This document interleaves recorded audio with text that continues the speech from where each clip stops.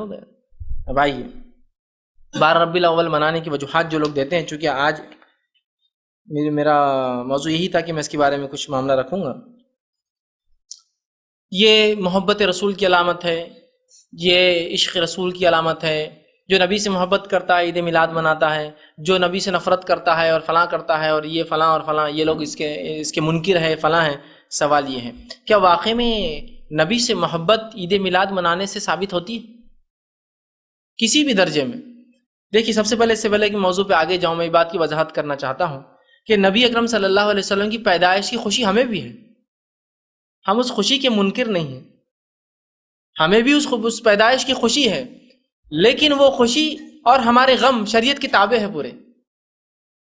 نبی اکرم صلی اللہ علیہ وسلم کی پیدائش کی خوشی کسے نہیں ہے بتائیے؟ ایک منافق اور ایک کافر کو نہیں ہو سکتی، مجھے بھی خوشی ہے اس کی، لیکن میری ہر خوشی اور ہر غم تابع ہے شریعت کے۔ وہ کہیں گی تو مناؤں گا اور اس کا اظہار کروں گا، وہ نہیں کہیں گی تو رک جاؤں گا، ہے نا؟ ہر خوشی اور غم ہمارے شریعت کے تابع ہے۔ تو پتہ یہ چلا کہ نبی اکرم صلی اللہ علیہ وسلم خوشی ہر مسلمان کو پیدائش کی۔ سوال یہ ہے کہ جو آپ بتا رہے محبت رسول کی علامت یہ ہے کہ اس طرح سے اس روز کو منایا جائے، عید منائی جائے، کھانا کھلایا جائے، جلوس نکالے جائے، جلسے کیے جائے اور صدقہ اور خیرات کیا جائے اور پتہ نہیں کیا کیا رسومات، عصر کے بعد سے مغرب تک فلاں اور عشاء کے بعد سے فلاں، فجر سے فلاں، یہ سب کیے جائے۔ سوال یہ ہے کہ اگر یہ واقعے میں حب رسول کی علامت ہے، محبت رسول کی علامت ہے، تو نبی سے سب سے زیادہ محبت کرنے والے لوگ کون تھے؟ میں اور آپ؟ نہیں، ہم نے تو کچھ بھی نہیں کیا رسول اللہ صلی اللہ علیہ وسلم محبت جیسی اس کا حق تھا، کیا کیا؟ نہیں کیا نا ہم نے۔ ہم کو تو یہ تک سمجھ میں نہیں آتا وہ نبی جس نے ہمیں حکم دے دے کر جو ہے اپنے آپ کو غمزدہ کر لیا، انسانوں تک اپنے اللہ کے احکام پہنچا کر، اس کے احکامات بآسانی ہم کو کتابوں کی شکل میں ملتے ہیں، وہ احکامات دیکھ کر کبھی یہ نصیب نہیں ہوتا کہ سوچ کے میں اس پہ عمل کروں گا۔ ٹھیک ہے، دیکھیں گے، کریں گے، ہوں گا، ابھی کہاں ہوتا ہے، کر لیا جائے گا، یہ معاملہ ہے ہمارا۔ صحابہ محبت کرتے اس لیے جان دی، مال دیا، پیسہ دیا، بھی بچوں کو چھوڑا، اپنی سب کچھ قربان کر دیا، ہے نا؟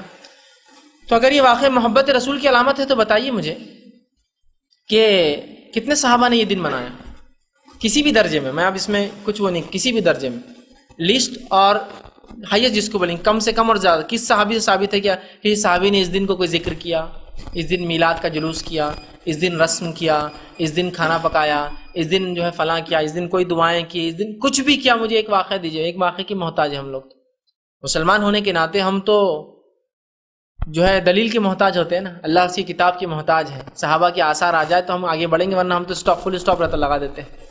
اگر یہ محبت رسول کی علامت ہے تو کسی صحابی نے کبھی یہ دن منایا کیا؟ میں یہ سوال کر رہا ہوں۔ میں کچھ دن پہلے انٹرنیٹ پہ بیٹھا تھا تو ایک صاحب نے لکھا، رہے آپ خلاف بولتے ہیں عید میلاد النبی کے۔ علامہ ابن تیمیہ لکھتے ہیں کہ اگر سلف اس کو منا لیتے تو اس میں کوئی حرج نہیں تھا۔ میں نے کہا یہی تو خصوصیت اس آدمی کی کہ کیا لکھا ہے اس نے؟ سلف منا لیتے تو منا سکتے تھے، تب ہمارے لیے جائز تھا، سلف نے منائے نہیں تو ہم کہاں سے منا سکتے؟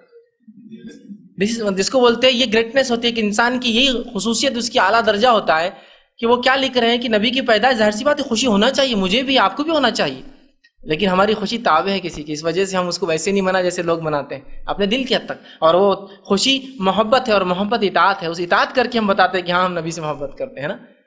تو وہ کیا لکھ رہے ہیں ابن علامہ ابن تیمیہ؟ واقعی میں خیال صحیح ہے ان کا۔ وہ لکھتے ہیں کہ اگر سلف منا لیتے تو کوئی حرج نہیں ہوتا، لیکن سلف نے چونکہ منایا نہیں تو ہم بھی نہیں منا سکتے۔ مطلب وہ انہوں نے خالی اتنا لکھا، سلف منا لیتے تو کوئی حرج نہیں تھا۔ میں نے کہا آگے بھی لکھتے کہ یہی تو خصوصیت تھی اس آدمی کی کہ جب لکھ رہا ہے قلم تو یہ کہہ رہے ہیں کہ سلف منا لیتے تو کوئی حرج نہیں، لیکن یہی دلیل ہے کہ نہیں منایا تو تم بھی مت مناؤ میرے بھائی۔ ان کو حرج نہیں تھا تو انہوں نے نہیں کیا، تو تم کیوں آگے بڑھتے ہو؟ جس چیز میں جب حرج نہیں تھا تو انہوں نے نہیں کیا تو تم کیوں جو ہے ایسا کام کرتے ہو؟ انہوں نے نہیں کیا۔ تو یہ خصوصیت ایک عالم کی، آپ اس کی بات کو سمجھیے، اس پہ غور کیجیے کہ کس طرح سے وہ دلیل لے کر آ رہے اپنی بات، کہ سلف کو خوشی تھی اس کی، منا لیتے تو کوئی حرج نہیں تھا، لیکن یہی دلیل ہے کہ انہوں نے نہیں منایا تو ہم بھی نہ منائیں۔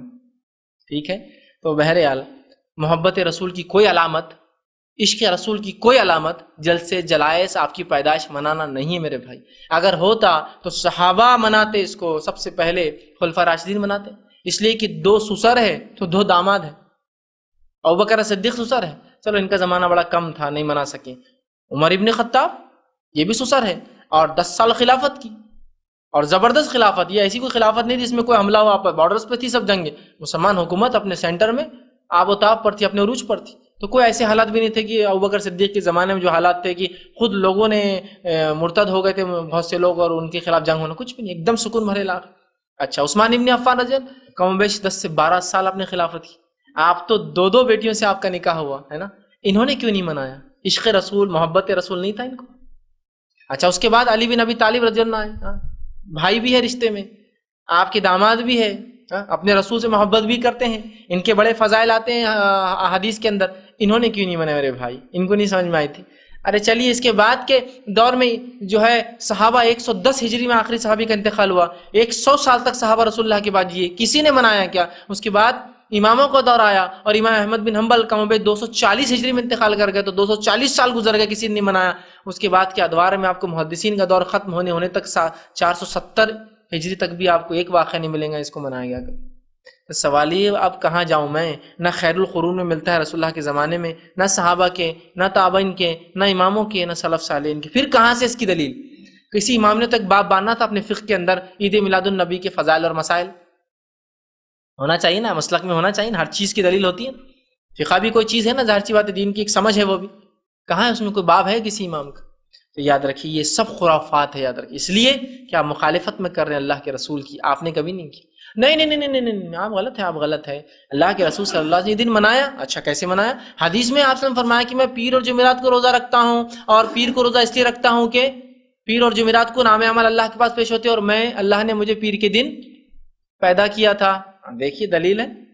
تو اللہ کے رسول نے سالگرہ, برتھ ڈے, میلاد نہیں منائی, ہفتہ منایا, ہر ہفتے روزہ رکھتے تھے. تو آپ بھی ہر پیر کو منائیے پھر, اور کیسے؟ روزہ رکھ کر, ہے نا.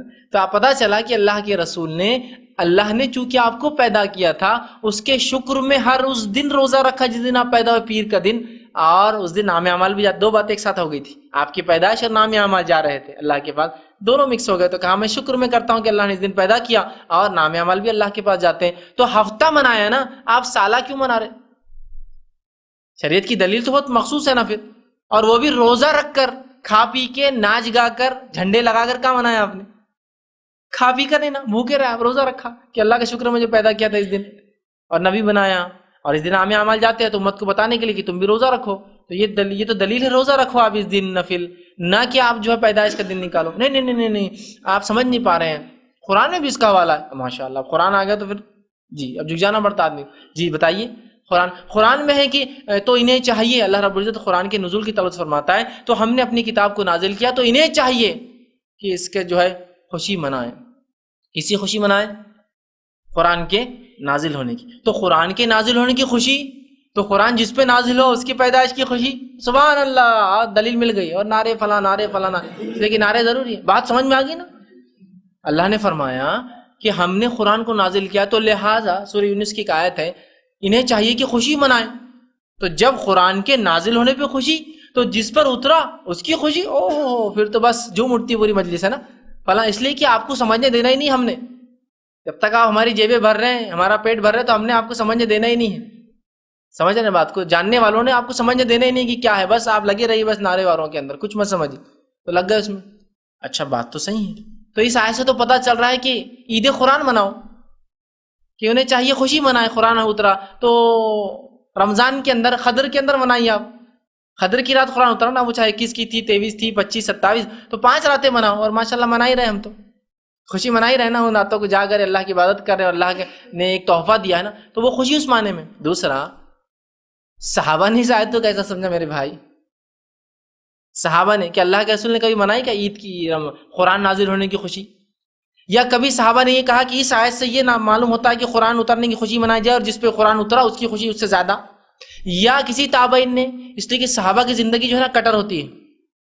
ہم لوگ جو قرآن سے کچھ بھی استدلال کرتے ہیں نا, صحابہ کی زندگی دیکھنا پڑتی ہے. انہوں نے کیا سمجھا, انہوں نے کیا سمجھا, ہے نا. اور ان کا سمجھنا ہم کو بتاتا ہے کہ اس کا معنی کیا ہوتا ہے. تو ان کی زندگی تو کٹ کری, کسی صحابی کو نہیں سمجھائیے کہ اس سے مراد قرآن کی عید اور رسول اللہ کی پیدائش. نہیں, صحیح بخاری کا واقعہ ہے. اب جان دو قرآن کو آپ کو نہیں سمجھ میں آ رہا, آپ کو نہیں سمجھے, اس لیے کہ جو بات سامنے والے کو ایسا لگے کہ آپ ان تھوڑا ہوا تو آپ کو نہیں سمجھیں گے, یہ تو بڑی بات ہے. چلیے آگے. صحیح بخاری سے بھی ثابت ہے عید میلاد النبی منا. اچھا ماشاء اللہ, صحیح بخاری سے بولے تو اللہ کتاب کے بعد اس کتاب کی اہمیت. اچھا ٹھیک ہے, بتائیے. تو صحیح بخاری کی روایت ایک صاحب دینے لگے کہ عید میلاد النبی منانا افضل ہے, اس کا ثواب ہے, اس دن مغفرت ہوتی ہے. وہ کیسے؟ بہت بڑے ڈاکٹر صاحب وہ بھی ٹی وی پہ آتے ہیں, بیچارہ اللہ رحم کرے ان پر. وہ شروع دلیل دے رہے ہیں. کیا دلیل ان کی؟ کہ عباس رضی اللہ عنہ کے خواب میں ابو لہب آیا، تو عباس رضی اللہ عنہ پوچھا ابو لہب کیسے حالات ہیں جہنم میں، مطلب اپنے بھائی سے خیر خیریت لے رہے جہنم کی. تو عباس رضی اللہ عنہ فرماتے ہیں کہ میں نے پوچھا، خواب کی بات ہے یاد رکھیے، یہ خواب دیکھا انہوں نے کہ اپنے بھائی کو انہوں نے دیکھا اور پوچھا ابو لہب کیسے حالات ہیں؟ تو کہا رفاقہ نہیں ملا یہاں بھی، دنیا میں میں خلاف تھا لیکن یہاں سکون نہیں ملا، جہنم میں گیا میں، لیکن ایک دن تھوڑا سا مجھے رفاقہ مل جاتا ہے، تھوڑی ڈھیل ملتی ہے. کہا کس دن؟ تو کہا پیر کے دن. تو کہا کیوں؟ تو کہا میں نے اللہ کے رسول صلی اللہ علیہ وسلم جب پیدا ہوئے تو اس کی خوشی میں اپنی باندی صوبیہ کو آزاد کیا تھا، اس کی ایک غلام تھی، لونڈی تھی، اس نے بھتیجا مجھے پیدا ہوا اس کی خوشی میں ایک لونڈی کو آزاد کر دیا تھا. ان کا طریقہ تھا کہ کچھ نہ کچھ صدقہ خیرات، اولاد کی پیدائش تھی تو اپنے بھائی کو بچہ ہوا تو ابو لہب کو خوشی ہوئی کہ بھتیجا ہوا مجھے، ایک لونڈی صوبیہ کو آزاد کر دیا. تو کہا صوبیہ کو چونکہ میں نے اللہ کے رسول صلی اللہ علیہ وسلم کی پیدائش پر آزاد کیا تھا، بس اس دن مجھے رفاقہ ملتا ہے، اتنے دن ڈھیل ملتی ہے. سبحان اللہ، جب ابو لہب کو مل سکتی ہے تو پھر ہمیں کیا؟ نعرے شروع کر دو پورے یہاں سے. ابو لہب کو فائدہ ہو رہا ہے تو میں تو مسلمان ہوں نا. سوال یہ سب سے پہلا، یہ عباس رضی اللہ عنہ کا خواب ہے، خواب، اور یہ خواب آپ نے دور جہالت میں جب آپ کافر تھے تب دیکھا تھا. لیکن یہ بات تو ہے کافر کا خواب بھی سچا ہو سکتا ہے نا، کیوں نہیں ہو سکتا ہے نا. سورہ یوسف کے اندر وہ جو دو لوگ تھے جنہوں نے یوسف علیہ السلام سے خواب پوچھا، دونوں غیر مسلم تھے لیکن دونوں خواب سچ ہوئے نا. تو کافر کا خواب بھی غیر مسلم کا ہو سکتا تھا، ہم وہ نہیں کر رہے. لیکن سوال یہ خواب تھا، خواب میں آپ نے یہ دیکھا، اللہ کے رسول صلی اللہ علیہ وسلم مہر لگائی کہ اس بھی ہاں بات صحیح ہے، ایسے ہی ہو رہا، چھوٹ دی جا رہی ہے. امام بخاری نے صرف روایت کیا اس کو، خواب کو. اس سے کوئی فضائل ثابت ہوتے ہیں، کوئی مسائل نکل رہے ہیں، کوئی اللہ کے رسول اٹیسٹ کر رہے ہیں، کوئی صحابہ کہہ رہے ہیں کہ ہاں ہاں یہ بالکل صحیح ہے اور ہمیں بھی چاہیے ہم لونڈی آزاد کریں. اب سوال یہ ہے جس کو ابو لہب کی سنت پر عمل کرنا ہے تو وہ کرے، پھر لونڈی آزاد کرے، پیسہ دے. لیکن عمر کی سنت، ابو بکر کی سنت بھی یہ نہیں ہے، عمر کی بھی نہیں ہے، عثمان کی نہیں ہے، علی کی نہیں، اس لیے کہ رشتہ دار اس لیے ان کا نام خاص لے رہا ہوں. نہ حسن اور حسین کی ہے، نہ فاطمہ ہے رضی اللہ عنہ اجمعین، ان تمام کی تو نہیں ہے، نہ ہی رسول اللہ کی مہر ہے. تو اب جس کو ابو لہب کی سنت پہ عمل کرنا ہے وہ کرتا رہے پھر. اور جس کو صحابہ کی جو ہمیشہ کی جنت چاہتے تھے، ایک دن کا رفاقہ جہنم میں نہیں چاہتے تھے، ان کی سنت تو یہاں موجود ہے. یہ ہمیشہ کی جنت چاہ رہے ہیں نا، ایک دن کا جہنم کا رفاقہ چاہنے والے لوگ ہیں. تو ابو لہب کی سنت دن خوب جشن منا لے، جہنم میں جائیں گے، ایک دن بچ جائیں گے بس. اگر یہ حدیث کو صحیح بھی لے لے تو اس سے پتہ یہ چل رہا کہ عید، اچھا اس کو بھی ایک دن رفاقہ مل رہا پیر کے دن، ان کو بھی ایک ہی دن رفاقہ ملے گا. پھر ہم یہ چاہ رہے کہ ایک دن کا رفاقہ، ہم تو ہمیشہ کی رفاقت رسول اللہ کی صحبت چاہتے ہیں اور ہمیشہ کا فائدہ. تو جس کے لیے آپ کو رسول اللہ صلی اللہ علیہ وسلم کو اور صحابہ کی سنت کو دیکھنا پڑے گا. ان میں سے کسی نے بھی اس حدیث کو ایسا نہیں سمجھا کہ اس دن صدقہ اور خیرات کیا جائے. بھائی کہاں سے کہاں بات ملا رہے ہو لا کر، یہ کیا دلیل ہے؟ یہ من گھڑت باتیں ہیں. کیا صحابہ نے کبھی سمجھا اس حدیث کو ایسا؟ تو صحابہ کی زندگی کٹر ہے، برابر لا کر انسان کو ٹریک پہ کھڑے کر دے. تو کوئی یہ محبت رسول کی علامت نہیں، کوئی عشق رسول کی دلیل نہیں، کوئی قرآن حدیث سے ثابت نہیں، کسی مسلک سے اس کا وجود نہیں، کسی نے نہیں کیا. بھائی کہاں سے شروع ہوا؟ تو یاد رکھیے یہ عید میلاد النبی